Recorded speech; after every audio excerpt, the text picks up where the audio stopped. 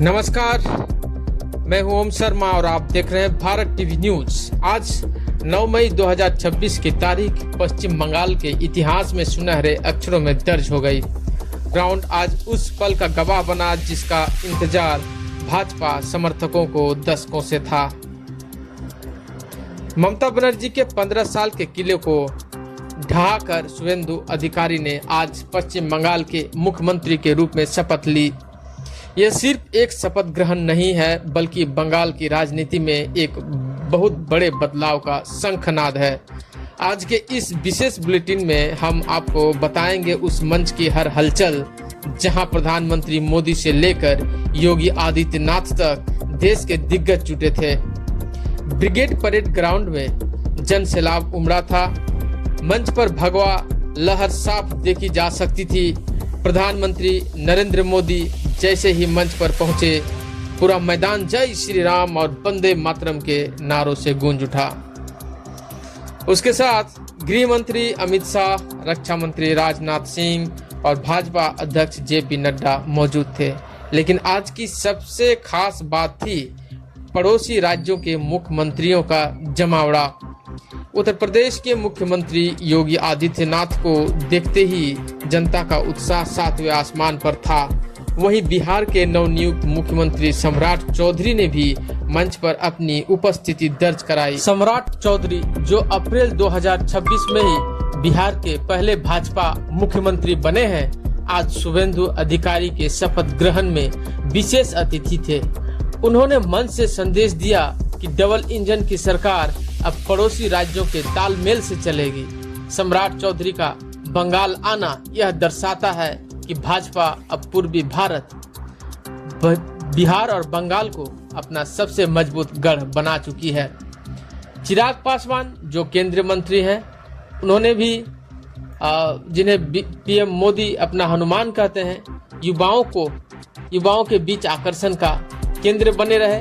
उन्होंने बंगाल के हिंदी भाषी क्षेत्रों जैसे आसनसोल और हावड़ा में जमकर प्रचार भी किया था। आज उन्होंने शुभेंदु अधिकारी को गले लगाकर बधाई दी और कहा, मेरे पिता का सपना था कि वंचितों की सरकार बने और आज बंगाल में वह सच हो रहा है। एक बार फिर आपको याद दिला दूं कि यूपी के मुख्यमंत्री योगी आदित्यनाथ का जादू आज कोलकाता की हवा में भी महसूस किया गया। उनके साथ मंच पर जीतन राम मांझी की मौजूदगी ने दलित और पिछड़ों को यह विश्वास दिलाया कि भाजपा हर वर्ग की पार्टी है। योगी फैक्टर बंगाल में चला। बंगाल के संदेश खाली और मालदा जैसे संवेदनशील क्षेत्रों में भी योगी आदित्यनाथ की सभाओं ने हिंदू वोटों को निर्णायक रूप से भाजपा की ओर मोड़ा। आज उनके बुलडोजर नारे मंच से बार बार सुनाई दिए। जीतन राम मांझी पूर्व में बिहार के मुख्यमंत्री रहे थे। उन्होंने मंच से कहा कि आज बंगाल के दलितों को न्याय मिला है। अब बंगाल में भ्रष्टाचार और तुष्टीकरण की राजनीति का अंत होगा। शुभेंदु सरकार का पहला लक्ष्य आयुष्मान भारत और प्रधानमंत्री आवास योजना को हर गरीब तक पहुंचाना है।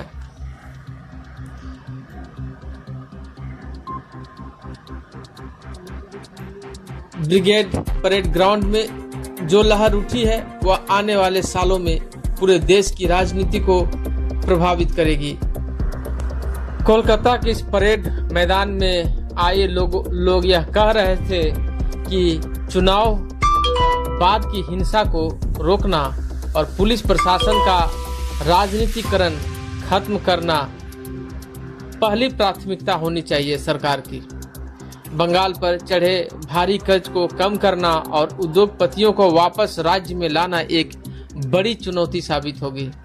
शुभेंदु ने अपने पहले संबोधन में भ्रष्टाचार मुक्त बंगाल और आयुष्मान भारत योजना को तत्काल लागू करने का वादा किया। इस शपथ ग्रहण के दौरान जनता की उम्मीदें आसमान पर हैं। कोलकाता की सड़कों पर चाय की दुकानों से लेकर आईटी पार्कों तक हर जगह बस एक ही चर्चा है, अब बंगाल बदलेगा। ममता बनर्जी ने भले ही समारोह से दूरी बनाई, लेकिन टीएमसी का वोट बैंक अभी भी मौजूद है। एक मजबूत विपक्ष के बीच शुभेंदु को अपनी कुशलता साबित करनी होगी। आज की यह शपथ एक पद की शपथ नहीं है, बल्कि करोड़ों बंगालियों के सपनों को सच करने की जिम्मेदारी है। अब यह देखना यह है कि बंगाल कितना बदलता है। आज का दिन केवल एक व्यक्ति के शपथ का नहीं, बल्कि एक विचारधारा की जीत का रहा। भाजपा ने 294 सीटों वाली विधानसभा में 207 सीटों पर कब्जा करके पूर्ण बहुमत हासिल किया है। चुनाव आयोग के आंकड़ों की अगर बात करें, भाजपा का वोट शेयर बढ़कर 45.8% हो गया है, जो 2021 में मात्र 38% था। हिंदू वोट बैंक इस बार बंगाल में हिंदू वोटों का रिकॉर्ड ध्रुवीकरण देखा गया। आंकड़ों के मुताबिक लगभग 90% हिंदू वोट भाजपा के पक्ष में एकजुट हो गए। वहीं मुस्लिम वोटों का बिखराव हो गया। इस जीत का एक बड़ी वजह मुस्लिम वोटों का टीएमसी से मुंहभंग होना भी रहा।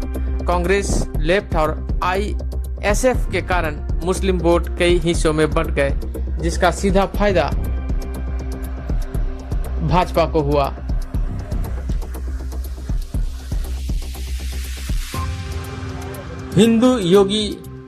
हिंदू सम्राट योगी आदित्यनाथ के बारे में यह भी कहा जा रहा है कि बंगाल विधानसभा राजनीति में अक्सर कहा जाता है कि जिसका कोई अपना परिवार नहीं होता, उसका पूरा देश ही परिवार होता है। आज पश्चिम बंगाल की कमान एक ऐसे ही व्यक्तित्व के हाथ में है, जिनका नाम है शुवेंदु अधिकारी। जनता के बीच आज एक बड़ा तर्क दिया जा रहा है कि अविवाहित नेता देश हित में ज्यादा बेहतर काम कर सकते हैं।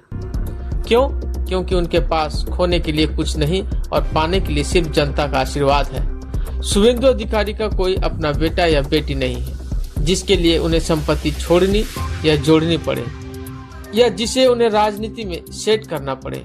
जब घर में कोई बारिश की चिंता न हो, तो नेता का पूरा ध्यान केवल राज्य के वासियों यानी बंगाल के युवाओं और बच्चों के भविष्य पर होता है। और इस शपथ ग्रहण समारोह के बीच आज हम उस शख्स की भी बात करेंगे जिन्होंने शुवेंदु अधिकारी को मुख्यमंत्री की कुर्सी पर बैठाया। इसके पीछे उस शख्स की तपस्या है, जिसने 75 वर्ष की उम्र में भी थकना नहीं सीखा।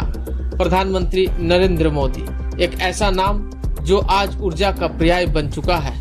इस बंगाल चुनाव में आपने देखा होगा, जब पारा 40 डिग्री के पार था, तब भी मोदी रुकने का नाम नहीं ले रहे थे।